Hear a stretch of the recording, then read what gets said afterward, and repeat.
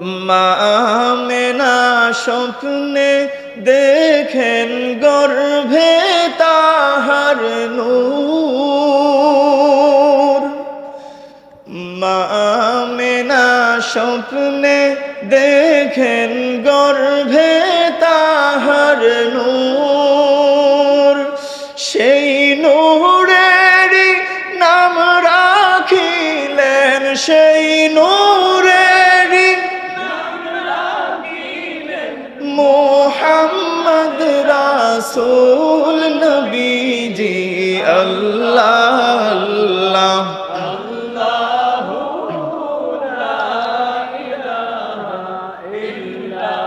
ও আল্লাহ আল্লাহ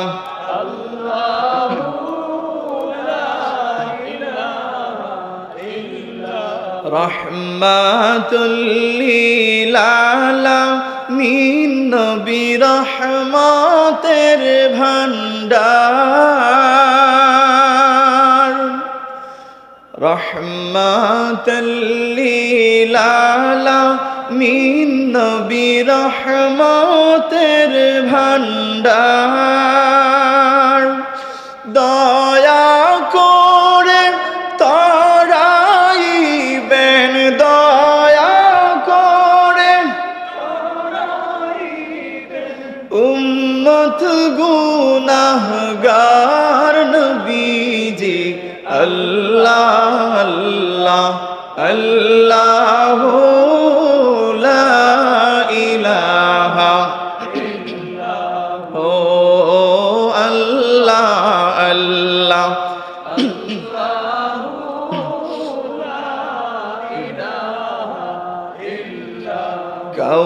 কৌসারের মালিক আপনি, কুরআনে প্রচার। কৌসারের মালিক আপনি, কুরআনে প্রচার। রোজ হাসরে পিলাইবেন, রোজ হাসরে পিলাইবেন হাউজে কৌসার নবীজি। আল্লাহ আল্লাহ আল্লাহ লা ইলাহা ইল্লাহ আল্লাহ আল্লাহ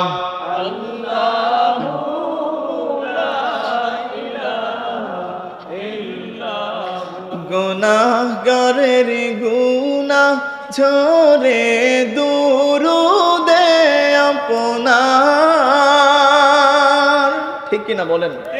রাসূল করিম রউফুর রহিম সাল্লাল্লাহু আলাইহি ওয়া আলিহি ওয়াসাল্লামের হাদিস শরীফ দ্বারা স্পষ্ট প্রমাণ হয়, কেউ যদি আল্লাহর হাবিব মুহাম্মদুর রাসূলুল্লাহ সাল্লাল্লাহু আলাইহি ওয়াসাল্লামের শান মোবারকে এক মর্তবা দুরূদ শরীফ পড়ে, আল্লাহ পাক রব্বুল আলামিন তার জীবনের 10টা সগীরা গুনাহ মাফ করে দেন। সুবহানাল্লাহ। আর একটু জোরে বলেন আল্লাহু আকবার। শুধু তাই নয় প্রিয় ভাইরা, আল্লাহর হাবিব মুহাম্মদুর রাসূলুল্লাহ সাল্লাল্লাহু আলাইহি ওয়াসাল্লামের শান মোবারকে কেউ যদি এক মর্তবা দুরূদ শরীফ পড়ে, আল্লাহ পাক রব্বুল আলামিন তার উপরে 10টা রহমত বর্ষণ করেন। আল্লাহু আকবার বলেন। শুধু তাই নয়, কেউ যদি আল্লাহর হাবিব মুহাম্মদুর রাসূলুল্লাহ সাল্লাল্লাহু আলাইহি ওয়াসাল্লামের শান মোবারকে এক মর্তবা দুরূদ শরীফ পড়ে, রব্বে কারীম ওই লোকটার 10টা মর্যাদা বুলন্দিত করে দেন। সেই নবীজির উপরে দুরূদ শরীফ পড়ার দরকার আছে না নাই? এই নবীজির দুরূদ শরীফ পড়লে জীবনের গুনাহ মাফ হয় কিনা? জোরে বলেন, গুনাহ মাফ হয় কিনা? তাহলে আমরা কি দুরূদ শরীফের উপরে আমল করতে পারবো তো ইনশাআল্লাহ? আমাদের পীর ও মুর্শিদ, রাইসুল কুররা ওয়াল মুফাসসিরিন, উস্তাজুল উলামা ওয়াল মুহাদ্দিসিন, শামসুল আরিফিন, শামসুল উলামা আল্লামা ফুলতুলি সাহেব কিবলা রাহমাতুল্লাহ আলাইহি, তিনি তাওবা বয়াতের পরে তিনার মুরিদিন মুহিব্বিন যারা বসতেন তাদেরকে বলতেন যে দৈনিক কমপক্ষে 200 বার দুরূদ শরীফ আর 100 বার ইস্তিগফার শরীফের আমল করবেন, জীবনটা বদলে যাবে। সুবহানাল্লাহ বলেন। তাহলে আমরা এটার উপরে আমল করতে পারবো তো ইনশাআল্লাহ? ইনশাআল্লাহ। গুনাহগারের গুনাহ ঝরে দুরূদ আপনার দয়া করে তরাইবেন, দয়া করে তরাইবেন উম্মত গুনাহগার নবীজি আল্লাহ আল্লাহ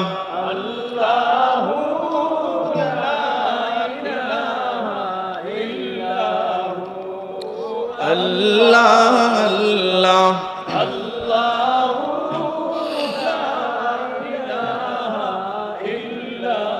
লা ইলাহা ইল্লাল্লাহু মুহাম্মাদুর রাসূলুল্লাহ। আমি আপনাদের খিদমতে আজকে আলোচনা করব বিপদ আপদ যে আসে আমাদের উপরে, এই বিপদ আপদগুলা কেন আসে আর এটার প্রতিকার কি। বিপদ আপদ যেগুলো আমাদের উপরে আসে এগুলা কেন আসে ভাই?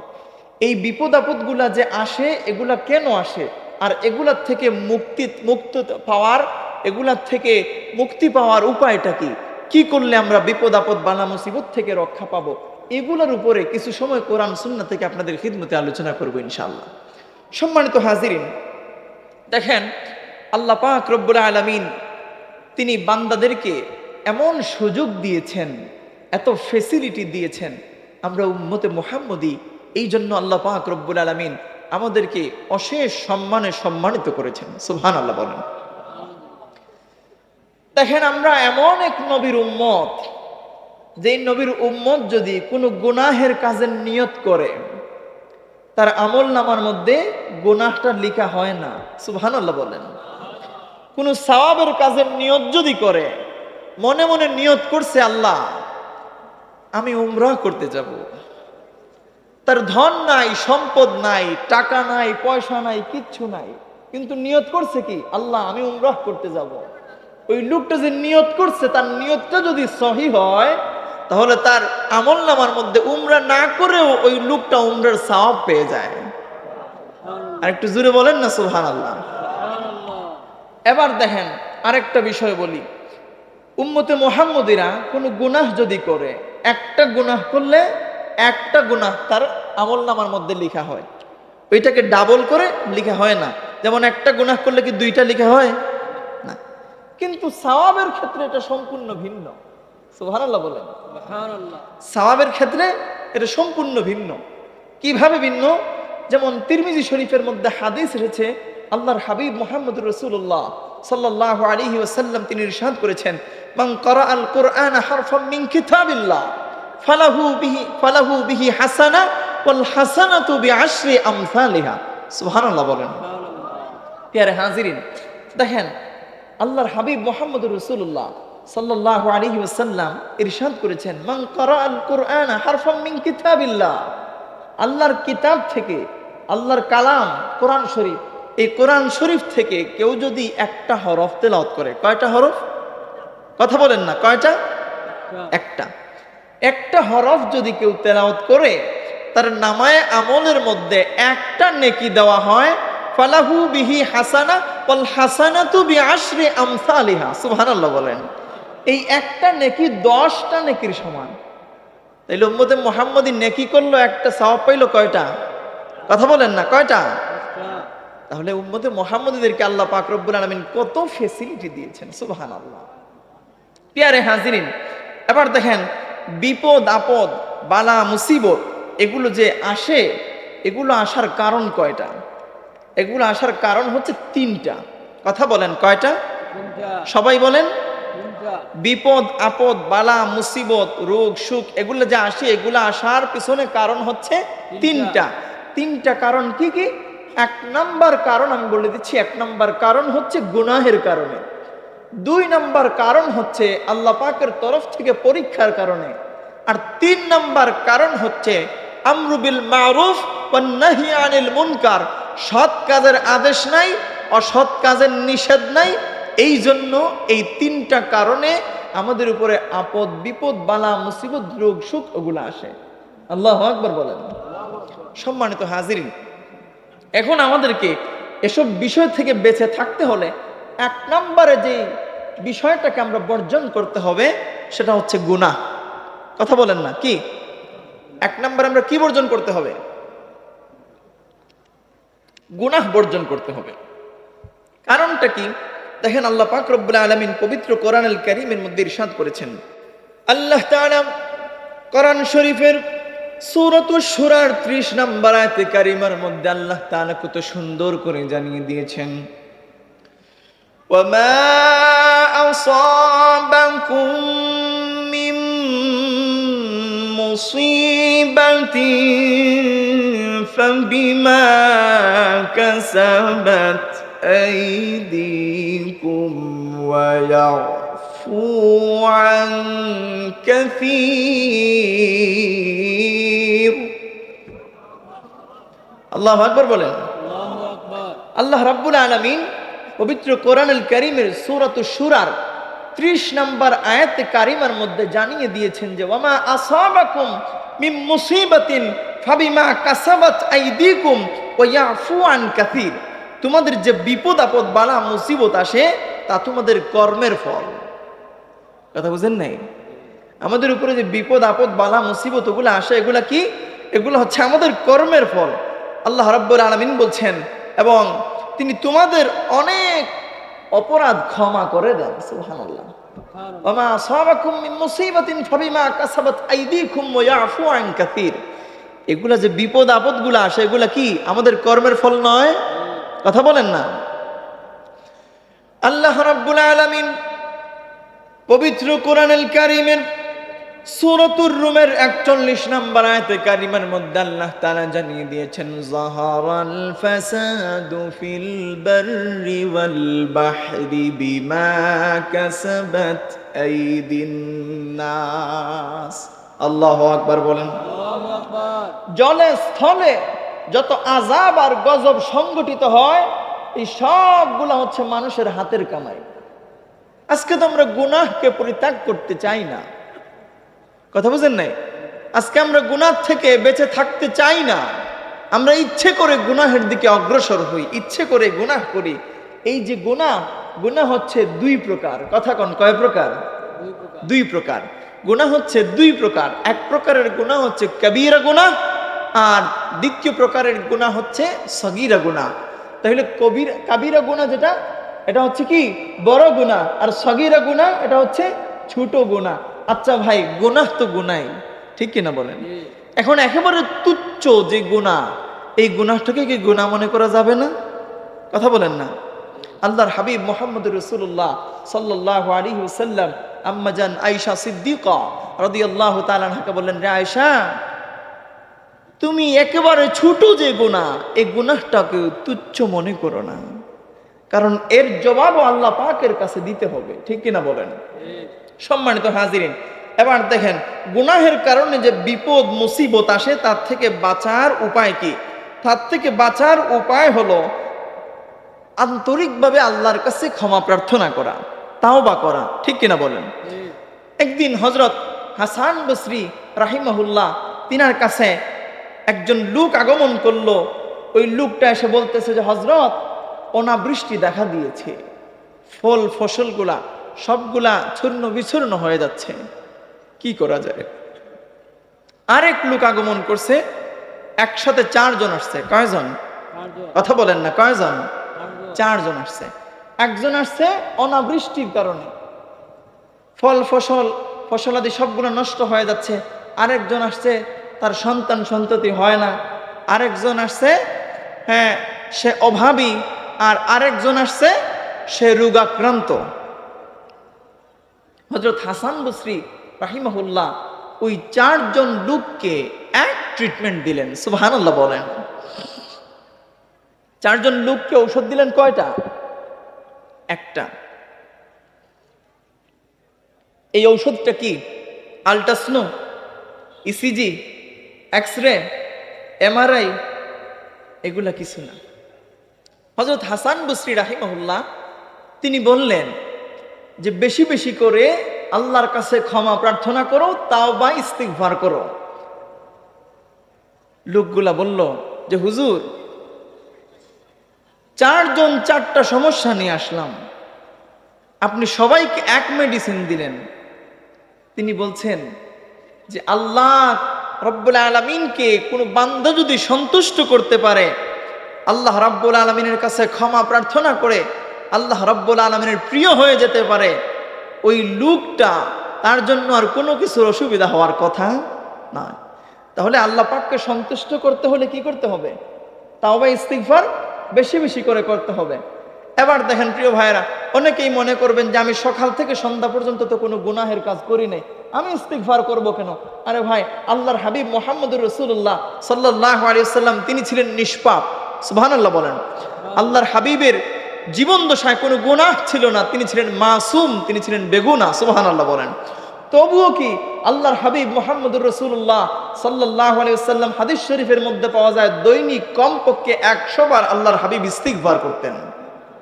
আর একটু জোরে বলেন না সুবহানাল্লাহ। সম্মানিত হাজিরিন, তাহলে ইস্তিগফার করতে তো আর অসুবিধা নেই। গুনাহ আপনি করেন আর নাই করেন, সদা সর্বদা ইস্তিগফার করবেন। যত বেশি করে ইস্তিগফার করবেন তত বেশি আপনি আল্লাহর মকবুল বান্দা হয়ে যেতে পারবেন। সুবহানাল্লাহ। সম্মানিত হাজিরিন, এবার দেখেন এই গুনাহ এত মারাত্মক জিনিস, এই গুনাহের কারণেই শয়তান আজকে অভিশপ্ত। ঠিক কিনা বলেন? শয়তান কিসের কারণে অভিশপ্ত? গুনাহের কারণে অভিশপ্ত। আল্লাহ রাব্বুল আলামিন পবিত্র কোরআনুল কারীমের মধ্যে ইরশাদ করেছেন, وَإِذْ قُلْنَا لِلْمَلَائِكَةِ اسْجُدُوا لِآدَمَ فَسَجَدُوا إِلَّا إِبْلِيسَ أَبَى وَاسْتَكْبَرَ وَكَانَ مِنَ الْكَافِرِينَ। আল্লাহু আকবার বলেন। আল্লাহ রাব্বুল আলামিন যখন অর্ডার করলেন, হুকুম করলেন আদম আলাইহিস সালাতু ওয়াস সালামকে সিজদা করার জন্য, সমস্ত ফেরেশতা মণ্ডলী আল্লাহর নবী আদম আলাইহিস সালাতু ওয়াস সালামকে সিজদা করলেন, কিন্তু সিজদা করলো না একজন, তার নাম কি? জোরে বলেন। ইবলিস। এই ইবলিস আদম নবীকে সিজদা না করার কারণে আল্লাহর হুকুম সে অমান্য করেছে। আল্লাহ রাব্বুল আলামিন তেনার হুকুমকে অমান্য করার কারণে এই শয়তানটাকে বিতাড়িত করে দিয়েছেন। শুধু তাই নয়, আল্লাহ পাক রব্বুল আলামিন পবিত্র কোরআনুল কারীমের মধ্যে ইরশাদ করেছেন, قال ما منعك ألا تسجد إذ أمرتك قال أنا خير منه خلقتني من نار وخلقته من طين। الله أكبر বলেন। আল্লাহ পাক রব্বুল আলামিন বলেন, কিসে তোমাকে বাধা দিয়েছে সিজদা করছো না? যখন আমি আল্লাহ তোমাকে নির্দেশ দিয়েছি, ওই ইবলিস সে সঙ্গে সঙ্গে বলে আনা খায়রুম মিন, আমি হচ্ছি বড়। নাউজুবিল্লাহ বলেন। খালাকতানি মিন নারিন ওয়া খালাকতাহু মিন তিন। আদম হচ্ছে মাটির তৈরি, আমি হচ্ছি আগুনের তৈরি, মাটির থেকে আগুনের পাওয়ার বেশি, অতএব আমি এই জন্য আদমকে সিজদা করি নাই। জোরে জোরে বলেন না নাউজুবিল্লাহ। চেয়ারম্যান সাহেব উপরে আসেন, আসেন। আমার ভাইয়েরা, আল্লাহর হুকুম অমান্য করার কারণে এই শয়তানকে আল্লাহ পাক রব্বুল আলামিন কিয়ামত পর্যন্ত তাকে বিতাড়িত করে দিয়েছেন। আমার ভাইয়েরা, এই জন্য আমরা প্রতিদিন দৈনিক কত শতবার আল্লাহর হুকুম অমান্য করতেছি, হিসাব আসেনি? হিসাব করি? রাত্রে তো বিন্দাস ঘুম দেই। অনেক মানুষ আছে ঘুম আসে না, ঘুমের ট্যাবলেট খায় ঘুমায়, কিন্তু একটাবার বালিশে মাথা রেখে চিন্তা করে না আজকে সারাটা দিন আমি কি করলাম, কয়টা সওয়াবের কাজ করলাম আর কয়টা গুনাহের কাজ করলাম। প্রিয় ভাইয়েরা, প্রতিদিন যখন ঘুমাতে যাবেন তখন ইস্তিগফার করবেন। এই ঘুমানোর সময়টা শুধু ঘুমানোর জন্য নয়, এই ঘুমানোর সময়টা কিছু সময় ইস্তিগফার দিয়ে কাটান, কিছু সময় দুরুদ শরীফ দিয়ে কাটান, কিছু সময় কোরআন শরীফের তেলাওয়াত দিয়ে কাটান। পারবেন তো ইনশাআল্লাহ? এই দেখেন, ইবলিস আল্লাহ পাকের হুকুম অমান্য করার কারণে কিয়ামত পর্যন্ত সে বিতাড়িত। ঠিক কিনা বলেন? এই যে আমরা বুঝ হওয়ার পর থেকে আল্লাহ পাকের কাছে মুনাজাত করি, আজ পর্যন্ত কি একটা দিন আমরা আল্লাহ পাকের কাছে চাইছি যে আল্লাহ ইবলিসকে মাফ করে দেন? চাইছি? এটা তো আমরা চাই নাই, আর কেউ কিয়ামত পর্যন্ত চাইবেও না। আমরা যখন মুনাজাত করি, বাবা আদম নবী থেকে নিয়ে আজকের এই মুহূর্ত পর্যন্ত যত মুমিন মুমিনাত, মুসলিমিন মুসলিমাত, নরনারী অন্ধকার কবরে চলে গেছে, আমরা প্রত্যেকের জন্য দোয়া করি, কিন্তু ইবলিসের জন্য কেউ দোয়া করে না। ঠিক কিনা বলেন? সম্মানিত হাজিরিন, এবার দেখেন, এই যে ছোট্ট ছোট্ট কিছু গুনাহ, এই গুনাহগুলোকে মানুষ অনেক ছোট মনে করে, অনেক তুচ্ছ মনে করে। ভাই আচ্ছা বলেন তো, মানুষের প্রস্রাব যেটা, এটা পাক না নাপাক? জোরে বলেন। নাপাক। তাহলে প্রস্রাব যদি কাপড়ে লেগে থাকে, এটা তো নাজাসাত, তাই না? এই নাজাসাত যদি নাপাকি আপনার কাপড়ের মধ্যে লেগে থাকে, ওই কাপড় নিয়ে আপনি নামাজ পড়েন, আপনার নামাজ হবে? কথা বলেন না ভাইয়েরা? তাহলে আমি নিজে ফলো করেছি, নিজে নিজ সচক্ষে দেখেছি, এই জন্য আপনাদেরকে বিনয়ের সাথে বলতেছি ভাইয়েরা, এই যে যখন প্রস্রাব করবেন, প্রস্রাব করার পরে ঢিলা কুলুপ ব্যবহার করবেন। এটার জন্য কিন্তু কবরে অনেক শাস্তি হবে। হাজত ছাড়ার পরে, প্রস্রাব পায়খানার পরে মাস্ট বি ঢিলা কুলুপ ব্যবহার করতে হবে। এখন সেটা আপনি টিস্যু পেপার দিয়ে করতে পারেন, সেটা আপনি মাটির চাকা দিয়ে করতে পারেন, এভাবে আপনি করতে পারেন, কিন্তু পাথর দিয়ে আবার করা যাবে না। হ্যাঁ, তারপরে হাড্ডি দিয়ে করা যাবে না, অ্যাক্সিডেন্ট হবে, আল্লাহ মাফ করুন। তারপরে ইটের যে কংক্রিট আছে, এগুলা দিয়ে ঢিলা কুলুপ ব্যবহার করা যাবে না, অ্যাক্সিডেন্ট হতে পারে। প্রিয় ভাইয়েরা, এই যে ঢিলা কুলুপ ব্যবহার করা, শতকরা 100 ভাগের মধ্যে 99 ভাগ মুসল্লিরা ঢিলা কুলুপ ব্যবহার করতে আমি দেখি নাই ভাই। তাহলে এই যে ঢিলা কুলুপ আপনি ব্যবহার করতেছেন না, আপনি তাহাজ্জুদ গুজার বান্দা, এত বিনয়ের সাথে আপনি গভীর রাত্রিতে উঠে তাহাজ্জুদের নামাজ আদায় করেন, চোখের পানি ঝরঝর করে ছেড়ে দিয়ে আল্লাহর কাছে মুনাজাত করেন, আল্লাহর কাছে জীবনের গুনাহের জন্য ক্ষমা প্রার্থনা করেন।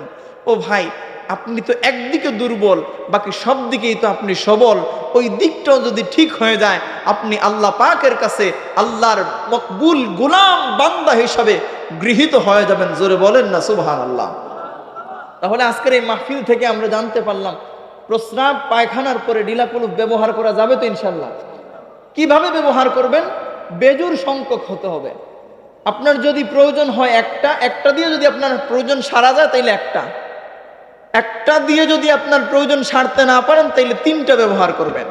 3টা দিয়ে প্রয়োজন সারতে না পারেন, 5টা ব্যবহার করবেন। বেজুর সংখ্যক হতে হবে। তাইলে আমরা পারবো তো ইনশাল্লাহর উপরে আমল করতে? প্রিয় ভাইয়েরা, এই যে আমরা পুরুষরা যারা আছি, আমরা যখন প্রস্রাব করি, ঢিলা কুলুপ ব্যবহার না করলে ওই প্রস্রাবের ফুটোগুলা টপটপ করে কাপড়ের মধ্যে পড়ে আমাদের শরীরটা, কাপড়টাও নাপাক হয়, আমাদের শরীরটাও নাপাক হয়ে যায়। অতএব নাপাক অবস্থায় আপনি যদি নামাজ পড়েন, রোজা রাখেন, আপনি হজ করেন, আপনি তারপরে ওই যে মিলাদ কিয়াম করেন, ওয়াজ মাহফিলে আসছেন, জিয়ারত করতেছেন, ওই যে নাপাক অবস্থায় আপনি করার কারণে এগুলার মধ্যে একটা ত্রুটি রয়ে গেল, তাই না?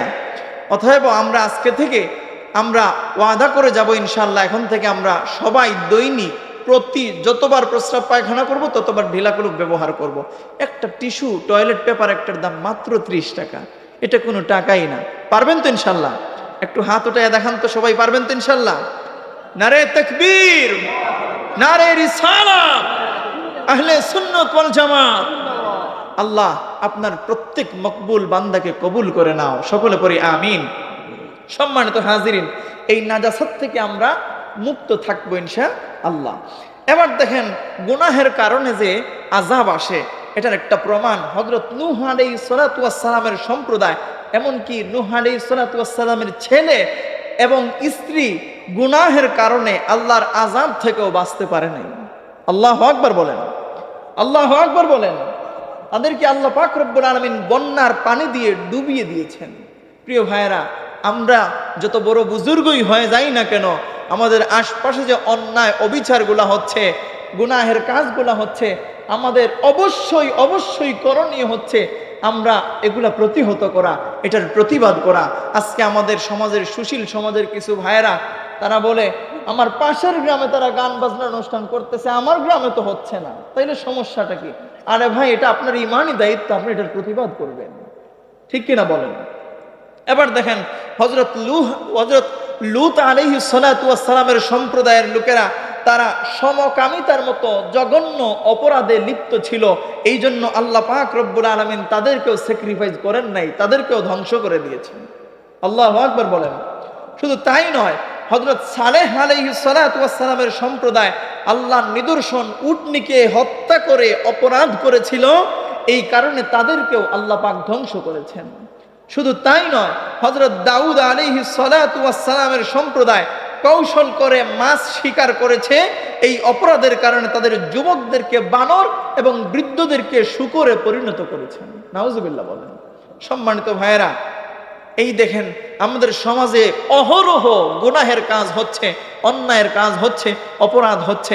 আচ্ছা, আমাদের সমাজে এত দর্শন, এত ইফটিজিং, এগুলা কেন হচ্ছে ভাইয়েরা? বলেন তো কেন হয় এগুলা? শুধুই কি পুরুষদের দোষ, ছেলেদের দোষ? হ্যাঁ, ছেলেদের দোষ অবশ্যই মানি, কিন্তু এখানে কি মেয়েরা একেবারেই নিষ্পাপ? কথা বলেন না। আজকে আমাদের সমাজের আমার কলিজার টুকরা মায়েরা বোনেরা পর্দা পুশিদা করতে রাজি নয়, ঠিক কিনা বলেন? এই তো আপনারা শহরে বন্দরে যান, দেখেন না কত ক্যাটাগরির মেয়ে দেখা যায়। নাউজুবিল্লাহ। কেউ কেউ এমনও আছে, এমন বেপরদায় চলাফেরা করে, ওড়নাটা পর্যন্ত তার শরীরে নাই। জিন্সের প্যান্ট পরছে, একটা শার্ট পরছে, অথবা জিন্সের প্যান্ট পরছে, সাথে কি করছে, একটা গেঞ্জি পরছে, ওড়না নাই, কিচ্ছু নাই। এভাবে তো তার মা বাবার সামন দিয়ে হেঁটে চলে যাচ্ছে। একটাবার ওই লোকটা জিজ্ঞেস করলো, না রে মা, আমার চোখেই তো তোমাকে খারাপ দেখাচ্ছে, তাহলে অন্যান্য লোকেরা তোমাকে কি বলবে? আচ্ছা বলেন তো ভাইরা, এই যে চোখের জেনাটা করলো, ওই মেয়েটার দিকে তাকানোর কারণে আরেকটা পুরুষের চোখের জেনা হলো, ঠিক কিনা বলেন? এই চোখের জেনাটা যে হলো, এটার পিছনে মূল উদ্যোক্তাকে আমরা তো ওটাকে চিন্তা করি না। আমরা মায়েরা বাবারা আমাদেরকে সচেতন হতে হবে। আমাদের বোনেরা এখন স্কুল কলেজ ইউনিভার্সিটিতে যায় একেবারে ফিটিং জামা পরে, ফিটিং বুরকা পরে। নাউজুবিল্লাহ বলেন। ভাইরা, পোশাক কেন মানুষ পরে? পর্দার জন্যই তো পরে, ঠিক কিনা বলেন? পর্দা পুশিদের জন্যই তো পোশাক পরিধান করে। কিন্তু এই পোশাক পরিধান করে আপনার এই গোপন জিনিসগুলো যদি একেবারে দৃশ্যমান হয়ে যায়, তাইলে এমন পোশাক পরিধান করার আমি মনে করি দরকার নাই, এমনি একে ভালো। আমার কথা কি আপনারা বুঝতে পারতেছেন নাকি ভুল বলতেছি? আমাদেরকে সচেতন হতে হবে। আজকে সমাজের মধ্যে এত অপকর্ম কেন হচ্ছে? এগুলোর জন্য আমরা দায়ী, আমরা মায়েরা দায়ী, আমরা বাবারা দায়ী, আমরা ভাইয়েরা দায়ী, আমরা চাচারা দায়ী, আমরা মামারা দায়ী, আমরাই দায়ী। কারণ কি? আমরা এগুলা দেখেও আমরা এগুলা সচেতন করে দিচ্ছি না, আমরা এগুলার প্রতিবাদ করছি না। আমরা মনে করছি এখন এটা বর্তমান সমাজের ট্রেন্ড, এটা হচ্ছে ফ্যাশন, এটা ফ্যাশন করবে। আমার মেয়ে যত বেশি স্টাইল করে স্কুল কলেজ ইউনিভার্সিটিতে যাবে, যত বেশি ফ্যাশন করে স্কুল কলেজ ইউনিভার্সিটিতে যাবে, শহরে বন্দরে শপিং মলে যাবে, আমার মেয়েকে তত বড় লোকের ছেলে পছন্দ করবে। নাউজুবিল্লাহ বলেন। আরে ভাই, আপনি বড় লোকের ছেলে খুঁজতে যাবেন কেন? আপনি খুঁজবেন একজন দিনদার মানুষ। সে মাদ্রাসার ছাত্র নাও হতে পারে। আচ্ছা বলেন তো ভাইরা, মাদ্রাসায় যে ছাত্রগুলা পড়ে, এই সবার ছাত্রগুলা কি দিনদার হয়? সব ছাত্রগুলো তো দিনদার হয় না। অনেক সময় দেখা যায় যে মাদ্রাসার ছাত্র থেকে জেনারেল শিক্ষিত অনেক ছেলেপেলেরা অনেক বেশি দিনদার, দিনের দিকে অনেক বেশি অগ্রসর তারা। সুবহানাল্লাহ বলেন। এই ধরনের দিনদার ছেলে দেখে মেয়েদেরকে বিবাহ দিবেন। প্রিয় ভাইয়েরা, এই যে নারীদের পোশাক, এই পোশাকটাকে আগে ঠিক করতে হবে, তাহলেই সমাজ ঠিক হবে। এই সমাজে ধর্ষণ, ইফটিজিং, মারামারি, হানাহানি, খুনাখুনি এগুলা কিচ্ছু হবে না, ঠিক কিনা বলেন?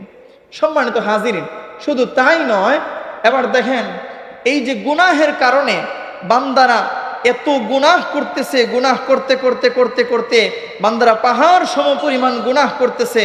এই গুনাহের কারণে বান্দাদের উপর আপদ আর বিপদ, বালা মুসিবত এগুলা এ দৌড়ে দৌড়ে আসতেছে, ধেয়ে আসতেছে। এবার দেখেন আল্লাহ পাক রব্বুল আলামিন পবিত্র কোরআনুল কারীমের মধ্যে ইরশাদ করেছেন, ইন্নাল্লাহা লা ইয়াজলিমু মিসকালা যাররাহ ওয়া ইন তাকু হাসানাতান ইউদাইফহা ওয়া ইউতি মিন লাদুনহু আজরান আযীমা। সুবহানাল্লাহ বলেন। নিশ্চয়ই আল্লাহ অনুপরিমাণ জুলুম করেন না। আল্লাহ কি বান্দার উপরে জুলুম করেন? কথা বলেন না। আল্লাহ কি বান্দার উপরে জুলুম করেন? আল্লাহ বান্দার উপরে অনুপরিমাণ জুলুম করেন না। শুধু তাই নয়, আল্লাহ পাক রব্বুল আলামিন ইরশাদ করেছেন, আর যদি সেটি ভালো কাজ হয় তাহলে তিনি তাকে দ্বিগুণ করে দেন এবং আল্লাহ পাকের পক্ষ থেকে ওই লোকটার জন্য পুরস্কার প্রদানের বন্দোবস্ত করে রাখেন। সুবহানাল্লাহ বলেন। আমার সম্মানিত ভাইরা, এই যে বালা মুসিবত, এই বালা মুসিবত গুলা যে আসে, আপদ বিপদ বান্দার উপরে আসে। আপদ বিপদ বান্দার উপরে আসার প্রথম নাম্বার কারণ হচ্ছে বান্দা গুনাহ করে, এই জন্য আসে। দ্বিতীয় নাম্বার কারণ হচ্ছে আল্লাহ পাকের পক্ষ থেকে বান্দাকে পরীক্ষা করা হয়, এই জন্য আপদ বিপদ আসে। সুবহানাল্লাহ বলেন। এবার আল্লাহ পাক রব্বুল আলামিনের পরীক্ষায় অনেকেই ফেল করে, আছে না নেই? যেমন আল্লাহর অনেক মায়ার একজন গোলাম, আল্লাহ তাকে অনেক পছন্দ করেন, আল্লাহ তাকে পরীক্ষা করবেন। তাকে এমন একটা অসুস্থতা আল্লাহ পাক দিলেন, ওই লোকটা বলে আল্লাহ পাকের ইবাদত সারা জীবন করলাম, আল্লাহ পাক কি এই রূপটা দেওয়ার জন্য আর কোনো মানুষ পাইলেন না, অধিক ইবাদত করছি এই জন্য আল্লাহ পাক আমাকেই দিলেন। নাউজুবিল্লাহ বলেন। তাইলে কি আপনি ধৈর্য হারা হয়ে যান নাই? কথা বলেন না ভাইরা। ধৈর্য হারা হয়েছেন? হ্যাঁ, ধৈর্য হারা হয়ে গেছেন। বিপদে আপদে ধৈর্য হারা হওয়া যাবে না। কারণ যতই বিপদ আসুক, যতই বালা মুসিবত আসুক, সর্বাবস্থায় আল্লাহর উপরে সন্তুষ্ট থাকতে হবে, আল্লাহর উপরে শুকর আদায় করতে হবে। ঠিক কিনা বলেন? এবার দেখেন প্রিয় ভাইরা, আল্লাহ পাক রব্বুল আলামিন পবিত্র কোরআনুল কারীমের মধ্যে ইরশাদ করেছেন, ওয়ালা নাবলুওয়ান্নাকুম বিশাইইম মিনাল খাউফি ওয়াল জু'i ওয়া নাকসিম মিনাল আমওয়ালি ওয়াল আনফুসি ওয়াত থামারাত ওয়া বাশশিরিস সাবিরিন। সুবহানাল্লাহ বলেন। আল্লাহ পাক রব্বুল আলামিন ইরশাদ করেছেন, আর আমি অবশ্যই তোমাদেরকে পরীক্ষা করব কিছু ভয়, মিনাল খাউফ, কিছু ভয়, ওয়াল জু'i ওয়া নাকসিম মিনাল আমওয়ালি ওয়াল আনফুসি ওয়াত থামারাত। আল্লাহ পাক রব্বুল আলামিন বলেন, আমি তোমাদেরকে পরীক্ষা করব কিছু ভয়, ক্ষুধা এবং জানমাল এবং ফল ফলাদি নিঃস্ব করার মাধ্যমে তোমাদেরকে আমি পরীক্ষা করব।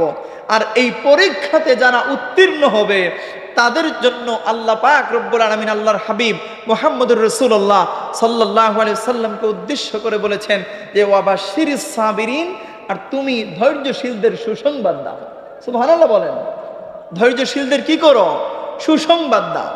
ধৈর্যশীলদের সুসংবাদ দাও, আল্লাহর হাবিবকে আল্লাহ পাক রব্বুল আলামিন নিজে বলেছেন। সুবহানাল্লাহ। এবার দেখেন প্রিয় ভাইয়েরা, নবী রাসূল যারা ছিলেন তাদেরকে আল্লাহ পাক রব্বুল আলামিন পরীক্ষা করেছেন, নাকি এমনি এমনি নবী হয়ে গেছেন? কথা বলেন না। নবী রাসূলদেরকে আল্লাহ পাক পরীক্ষা করেন নাই? আল্লাহর মকবুল ওলি আল্লাহ যারা আছেন, যেমন আমাদের সাথে পাশে শায়িত আছেন হযরত শাহ শেখ ফরিদ উদ্দিন আনসারী রাহিমাহুল্লাহ, তিনাকেও কি আল্লাহ পাক পরীক্ষা করেন নাই? পরীক্ষা ছাড়া কেউ মকবুল ওলি আল্লাহ হতে পারেন নাই। পরীক্ষা ছাড়া কেউ মুমিন বান্দা হতে পারে না। আমার সম্মানিত ভাইরা, হাদিসে কারিমের মধ্যে রয়েছে, আশাদ্দুন নাসি বালাআল আমবিয়া সুম্মাস সালিহুনা সুম্মাল আমসালু ফাল আমসাল। নবীগণ সবচেয়ে বেশি পরীক্ষার সম্মুখীন হন, তারপর অলিগণ, তারপর আল্লাহর মুমিন বান্দাগণ। জোরে বলেন সুবহানাল্লাহ। এভাবে পর্যায়ক্রমে আল্লাহর অলিরা যারা আছেন, আল্লাহর মুমিন বান্দারা যারা আছেন, তারা প্রত্যেকেই পরীক্ষার সম্মুখীন হন। আল্লাহ রাব্বুল আলামিন পবিত্র কোরআনুল কারীমের মধ্যে ইরশাদ করেছেন, وَإِذِ ابْتَلَى إِبْرَاهِيمَ رَبُّهُ بِكَلِمَاتٍ فَأَتَمَّهُنَّ। জোরে বলেন আল্লাহু আকবার। আল্লাহ পাক বলেন, আর স্মরণ করো যখন ইব্রাহিমকে তার রব কয়েকটি বাণী দিয়ে পরীক্ষা করলেন, অতঃপর সে তা পূর্ণ করলো। সুবহানাল্লাহ। আল্লাহর নবী হযরত ইব্রাহিম আলাইহিস সালাতু ওয়াস সালামকে আল্লাহ পাক কতই না পরীক্ষা করেছেন। আল্লাহু আকবার।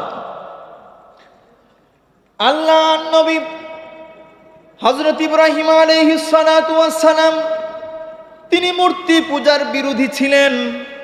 একদিন আল্লাহর নবী হযরত ইব্রাহিম আলাইহিস সালাতু ওয়াস সালাম তিনি একটি মূর্তির ঘরের মধ্যে প্রবেশ করলেন। মূর্তির ঘরে ঢুকে কোরআনের আঘাতে এক এক করে সবগুলা মূর্তি একেবারে ভেঙ্গে চূর্ণ বিচূর্ণ করে দিলেন। ছোট বড় সব মিলিয়ে আল্লাহর নবী হযরত ইব্রাহিম আলাইহিস সালাতু ওয়াস সালাম 360টি মূর্তি তিনি ভেঙ্গে ফেললেন। সুবহানাল্লাহ। কতটি মূর্তি ভাঙলেন? 360টি। এবার সব থেকে বড় যেই মূর্তিটা ছিল সেই মূর্তির কাঁধের মধ্যে, মূর্তির নাক ভেঙ্গে মূর্তির কাঁধের মধ্যে কোরআন রেখে তিনি চলে গেলেন। সবাই সন্দেহ করলো এটা ইব্রাহিমের কাজ ছাড়া আর কারো কাজ না। তলব করা হলো কাকে? আল্লাহর নবী হযরত ইব্রাহিম আলাইহিস সালাতু ওয়াস সালামকে। আল্লাহর নবী হযরত ইব্রাহিম আলাইহিস সালাতু ওয়াস সালামকে যখন তলব করা হলো, নমরুদ মহাশয়ের নিকট মামলা দায়ের করা হলো। শুধু তাই নয়, নমরুদের কাছে মামলা দায়ের করার পরে ওই নমরুদ যখন আল্লাহর নবী ইব্রাহিম আলাইহিস সালাতু ওয়াস সালামকে ডাকলো, ডাকার পরে জিজ্ঞেস করলো, রে ইব্রাহিম, এই মূর্তিগুলা ভাঙছে কেডা? ইব্রাহিম আলাইহিস সালাতু ওয়াস সালাম বললেন, যে মূর্তির ঘাড়ের মধ্যে কুরআন রাখা আছে তাকে জিজ্ঞেস করেন। কথা বুঝেন নাই? মূর্তি, বড় মূর্তি যেটা 360টা মূর্তি ভাঙলেন, তারপরে একটা সব থেকে বড় যে মূর্তি, ওই মূর্তির নাক ভেঙ্গে ওই মূর্তির কাঁধের মধ্যে কোরাল দিয়ে তিনি চলে গেলেন। এবার তিনাকে যখন নমরুদ তলব করলো, তিনাকে জিজ্ঞেস করলো এটা ভাঙছে কেডা? তিনি বললেন যে যার ঘাড়ের মধ্যে, যার কাঁধের মধ্যে কুরাল আছে তাকে জিজ্ঞেস করলি তো পারেন, আমাকে জিজ্ঞেস করার তোর দরকার নেই। এবার তারা বলল, যুক্তি তর্কে ইব্রাহিমের সাথে পারা যাবে না, এটা সম্ভব নয়। যুক্তি দিয়ে ইব্রাহিমের কাছে আমরা হেরে যাব, আমরা জিততে পারবো না। এবার সিদ্ধান্ত হলো প্রতিশোধ নেওয়ার ব্যবস্থা করো। প্রতিশোধ নেওয়ার ব্যবস্থা কিভাবে? যে ইব্রাহিম আলাইহিস সালাতু ওয়াস সালামকে আগুনের কুণ্ডুলির মধ্যে নিক্ষেপ করো। নাউজুবিল্লাহ বলেন।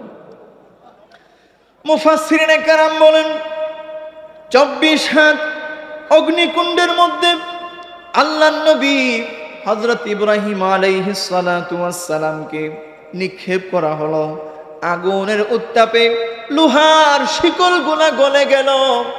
আগুনের এত বেশি উত্তাপ ছিল, আল্লাহর নবী ইব্রাহিম আলাইহিস সালাতু ওয়াস সালামের হাত পায়ের মধ্যে যে বাঁধ ছিল সেই বাঁধগুলা আগুনে পুড়ে গেল। সুবহানাল্লাহ। শুধু তাই না, এত বেশি উত্তপ্ত ছিল সেই দিনের আগুন, আগুনের ধার কাছ পর্যন্ত যাওয়ার সম্ভব হচ্ছিল না। কিন্তু আল্লাহর কুদরতে ইব্রাহিম নবীর শরীরের একটা পশম মোবারক পর্যন্ত জ্বলে নাই। আল্লাহ তাআলা কোরআন শরীফের মধ্যে ইরশাদ করেছেন, কুলনা ইয়া নারু কুনি বারদাও ওয়া সালামান আলা ইব্রাহিম।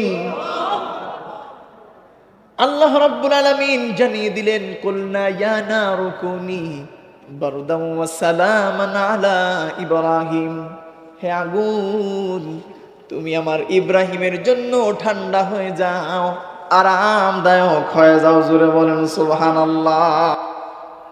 মুফাসসিরিনে কেরাম বলতেছেন অগ্নির উত্তাপ এত পরিমাণ ছিল যে তার ধারে কাছে যাওয়ার মতো কোনো সক্ষমতা কারো ছিল না। শুধু তাই নয়, শয়তান মিনজানিক টেকনিকের মতো, মিনজানিক ক্রেনের মতো একটা চরক গাছ তৈরি করছে। ওই যে আজকে আমাদের সমাজে চরক পূজা হয় না, এই মিনজানিক টেকনিকে একটা চরকের মতো একটা গাছ ক্রিয়েট করছে। ওইটা দিয়ে আল্লাহর নবী হযরত ইব্রাহিম আলাইহিস সালাতু ওয়াস সালামকে আগুনের কুণ্ডুলির মধ্যে নিক্ষেপ করলো। এবার আল্লাহর ফেরেশতারা সবাই হাহুতাশ শুরু করে দিলেন। আল্লাহ পাকের কাছে বলেন, আল্লাহ তাআলা আপনার বন্ধু ইব্রাহিম নবীকে আর কত পরীক্ষা করবেন? আল্লাহ তাআলাকে ফেরেশতারা বললেন, আল্লাহ তাআলা ইব্রাহিম আলাইহিস সালাতু ওয়াস সালামকে আর কত পরীক্ষা করবেন? আল্লাহ রাব্বুল আলামিন ফেরেশতাদেরকে অর্ডার দিলেন, হুকুম দিলেন, অনুমতি দিলেন, যাও যাও, সে যদি সাহায্য তোমাদের কাছে চায় তাহলে তাকে সাহায্য করো। সুবহানাল্লাহ বলেন। এবার হযরত জিবরিল আমিন আলাইহিস সালাতু ওয়াস সালাম তিনি ইব্রাহিম নবীর কাছে যায় বলেন, রে আল্লাহর বন্ধু, আল্লাহর গোলাম, আল্লাহ পাকের তরফ থেকে আমি এসেছি। আল্লাহ পাক জিজ্ঞেস করেছেন আপনার কোনো সাহায্যের প্রয়োজন আছে কিনা? আল্লাহর নবী ইব্রাহিম আলাইহিস সালাতু ওয়াস সালাম বলেন, হ্যাঁ সাহায্যের প্রয়োজন আছে, কিন্তু তোমার কাছে নয়। আর আমার সাহায্যের প্রয়োজন আছে কিনা আমার আল্লাহ পাক রব্বুল আলামিন ভালো জানেন। আমার ভাইরা শুনেন, আল্লাহ পাক রব্বুল আলামিন সন্তুষ্ট হয়ে গেলেন। আল্লাহর বন্ধু হযরত ইব্রাহিম নবী যখন বললেন আমার সাহায্যের প্রয়োজন আছে কিনা আমার আল্লাহ রাব্বুল আলামিন ভালো জানেন, আল্লাহ রাব্বুল আলামিন সঙ্গে সঙ্গে বলেন, কুলনা ইয়া নারু কুনি বারদান ওয়া সালামান আলা ইব্রাহিম। হে আগুন, তুমি আমার ইব্রাহিমের জন্য ঠান্ডা হয়ে যাও, আরামদায়ক হয়ে যাও। জোরে বলেন সুবহানাল্লাহ। একটু জিকির করে লা ইলাহা ইল্লাল্লাহ, জোরে লা ইলাহা ইল্লাল্লাহ, ও লা ইলাহা ইল্লাল্লাহ, লা ইলাহা হাসবি রব্বি জাল্লাল্লাহ মা ফি কলবি গায়রুল্লাহ, নূর মুহাম্মদ সাল্লাল্লাহ, লা ইলাহা ইল্লাল্লাহ, লা ইলাহা ইল্লাল্লাহ, ও লা ইলাহা লা ইলাহা ইল্লাল্লাহ মুহাম্মাদুর রাসূলুল্লাহ সাল্লাল্লাহু আলাইহি ওয়াসাল্লাম। মুহতারাম হাজিরিন, তাহলে আমরা আমাদের উপরে বিপদ আপদ যে আসে তার দুইটা কারণ আমরা পেয়েছি। কয়টা? দুইটা। এক নাম্বার হচ্ছে গুনাহের কারণে, আর দুই নাম্বার হচ্ছে কি আল্লাহ পাক রব্বুল আলামিনের পক্ষ থেকে পরীক্ষার কারণে। এবার দেখেন আল্লাহ পাক রব্বুল আলামিনের পক্ষ থেকে যে পরীক্ষা আল্লাহ পাক রব্বুল আলামিন নেন, এই পরীক্ষা নেয়ার কারণে আমরা আল্লাহ পাকের কাছে অসন্তুষ্ট হব না, আমরা আল্লাহ পাকের কাছে সদা সর্বদা ধৈর্য সহকারে আল্লাহ শুকর আদায় করব। পারবো তো ইনশাআল্লাহ? দেখেন আল্লাহ পাক রব্বুল আলামিন পবিত্র কোরআনুল কারীমের মধ্যে ইরশাদ করেছেন, আল্লাযীনা ইযা আসাবাতহুম মুসিবাতুন ক্বালু ইন্না লিল্লাহি ওয়া ইন্না ইলাইহি রাজিউন। যখন তারা বিপদে পতিত হয় তখন বলে নিশ্চয়ই আমরা আল্লাহর জন্য এবং আমরা তারই নিকট ফিরে যাব। দেখেন প্রিয় ভাইরা, এক নাম্বার হচ্ছে বিপদে আপদে এক নম্বরে আমাদেরকে ধৈর্য ধারণ করতে হবে। ওয়াবাশশিরিস সাবিরিন, এক নম্বরে আমাদেরকে ধৈর্য ধারণ করতে হবে। দুই নম্বরে আমাদেরকে আল্লাযীনা ইযা আসাবাতহুম মুসিবাতুন ক্বালু ইন্না লিল্লাহি ওয়া ইন্না ইলাইহি রাজিউন। আমরা এই বলে আল্লাহ পাকের কাছে প্রার্থনা করতে হবে, শুকর আদায় করতে হবে যে আমরা আল্লাহ আমাদের জন্য আর আমরা আল্লাহ পাকের জন্য। সুবহানাল্লাহ বলেন। এবার আসেন তিন নম্বরে আমাদের করণীয় কি? তিন নম্বর করণীয় হচ্ছে as-সাদকাতু তারুদ্দুল বালা। সুবহানাল্লাহ বলেন। বেশি বেশি করে দান সদকা করবেন, আল্লাহ পাক আপনার উপর থেকে আপদ বিপদ বালা মুসিবত ওগুলা দূর করে দেবেন। সুবহানাল্লাহ বলেন। এবার আসেন প্রিয় ভাইরা, আল্লাহর নবী হযরত মুহাম্মদুর রাসূলুল্লাহ সাল্লাল্লাহু আলাইহি ওয়াসাল্লাম তিনি উম্মতদেরকে বারবার সতর্ক করে দিয়েছেন যে তোমরা গুনাহকে পরিত্যাগ করো, গুনাহ থেকে বেঁচে থাকো। কারণ গুনাহকে আপনি যত বেশি পরিত্যাগ করবেন, সওয়াবের কাজ যদি আপনি কমও করেন, এটাও আল্লাহ পাকের কাছে অনেক বেশি আল্লাহ রাব্বুল আলামিনের কাছে কবুল হবে। আর আপনি সওয়াবের কাজ করলেন, পাশাপাশি গুনাহের কাজও কন্টিনিউ করলেন, এমনটা করে ফায়দা হবে না ভাই। গুনাহকে পরিত্যাগ করুন, সওয়াবের কাজ কম করলেও আপনি নাজাত পেতে পারেন। সুবহানাল্লাহ বলেন। সম্মানিত হাজিরিন, এবার দেখেন একটা ছোট্ট একটা ঘটনা বলি। শাহ ওয়ালিউল্লাহ মুহাদ্দিসে দেহলভী রহমতুল্লাহ আলাইহি নাম শুনেছেন? তিনি ছিলেন দিল্লির জামে মসজিদের খতিব। তো তিনি যখন মসজিদে আসতেন তখন এইভাবে একটা ঘুমটা থাকতো, এইভাবে একটা রুমাল দিয়ে তিনি ঘুমটা দিয়ে তিনি মসজিদে এসে প্রবেশ করতেন। তো তিনার মুরিদিন মুহিব্বিন যারা ছিলেন তারা প্রতিনিয়তই বলতেন যে হুজুর আপনার এত নূরানি চেহারা, এই নূরানি চেহারাটা আমরা দেখতে পাই না, আপনার সেই নূরানি চেহারা দেখে আমরা বরকত হাসিল করতে চাই, হুজুর আমাদেরকে একটু সুযোগ দেন। এইভাবে কয়েকদিন বলার পরে হযরত শাহ ওয়ালিউল্লাহ মুহাদ্দিসে দেহলভী রহমতুল্লাহ আলাইহি তিনি কি করলেন, তিনি একদিন তিনার মাথার রুমালটা তিনার একজন মুরিদের মাথার মধ্যে পরিয়ে দিলেন। ওই যে মুরিদের মাথার মধ্যে পরিয়ে দিয়েছেন, সঙ্গে সঙ্গে ওই মুরিদটা সেন্সলেস, অজ্ঞান হয়ে মাটিতে লুটিয়ে পড়েছে। সুবহানাল্লাহ বলেন। আর একটু জোরে বলেন আল্লাহু আকবার। ওই লোকটা কেন মাথা ঘুরিয়ে সেন্সলেস হয়ে জ্ঞান হারা হয়ে মাটিতে লুটিয়ে পড়লো, তার কারণ জিজ্ঞেস করলো উপস্থিত মুসল্লিয়ানে কেরামরা যে কি হয়েছিল, এই রুমাল মাথায় দেওয়ার সঙ্গে সঙ্গে কেন তুমি পড়ে গেলা? ওই লোকটা জবাব দিল,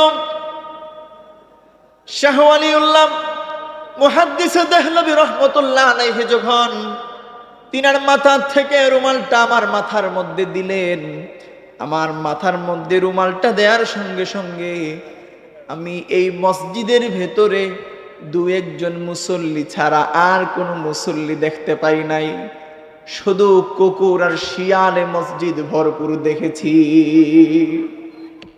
ইত্তাকু ফিরাসাতাল মুমিনি ফাইন্নাহু ইয়ানজুরু বিনূরিল্লাহ। আল্লাহর ওলি যারা আছে তাদের অন্তঃচক্ষু থেকে দূরে থাকো ভাই। কারণ আল্লাহর ওলি যারা আছেন, আল্লাহর মকবুল ওলি যারা আছেন, যেমন আমরা খানেকা মাহফিলে যখন যাইলাম, মাফ করুক এগুলো প্রকাশ করার নয়, মুখ ফসকে বের হয়ে গেছে। বড় সাহেবের সামনে যখন আমরা বসি তখন দেখা যায় দিলের ভেতরে কোন কথা নিয়ে গেলাম, এই কথাটা বড় সাহেবের কাছে বলবো, ওই কথাটা বড় সাহেবের কাছে বলার আগেই বড় সাহেব বক্তব্যের মধ্যে সমাধান দিয়ে দিলেন। সুবহানাল্লাহ বলেন। আল্লাহর মকবুল বান্দা যারা, তাদের অন্তর্চক্ষু সব সময় খোলা থাকে। অতএব আল্লাহর মকবুল ওলি আল্লাহদের সংস্পর্শে যাবেন, দুনিয়া আখেরাতে ফায়দাবন্দ হতে পারবেন। এবার আসেন প্রিয় ভাইরা, আমি শেষ করে দেব। এবার আসেন বিপদ আপদ বালা মুসিবত যে আসে তার ৩ নাম্বার কারণ কি? ৩ নাম্বার কারণ হচ্ছে সৎ কাজের আদেশ আর অসৎ কাজের নিষেধ আমাদের সমাজ থেকে দূরীভূত হয়ে গেছে। এই জন্য আল্লাহ পাক এত আযাব আর গজব দিয়ে আমাদেরকে ধ্বংস করতেছেন। ঠিক কিনা বলেন?